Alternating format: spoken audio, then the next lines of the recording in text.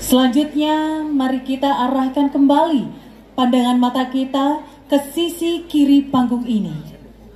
Berikutnya akan kita saksikan bersama penampilan Sekegong Kebiar anak-anak Sanggar Seni Dwi Mekar Banyuning, Duta Kabupaten Buleleng, dengan persembahan Tari Kekelik.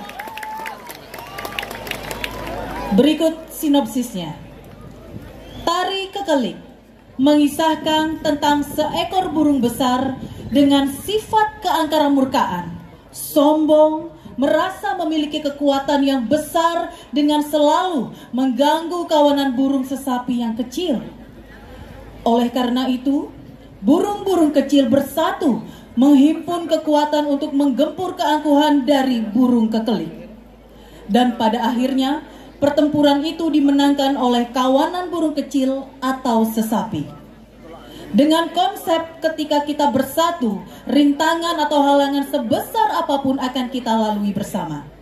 Tari ini diciptakan pada tahun 1980-an dan dipentaskan pada ajang Pesta Kesenian Bali pada tahun 1980-an.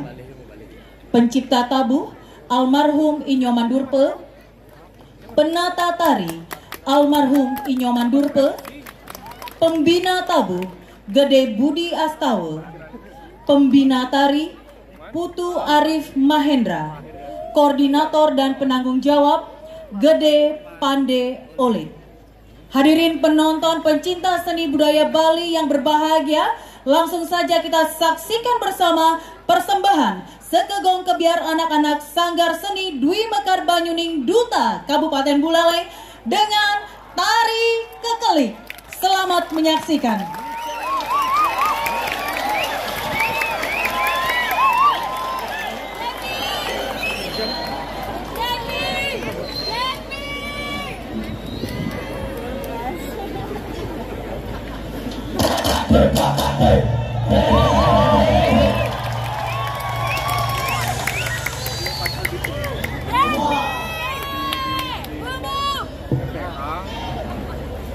Ini Bu.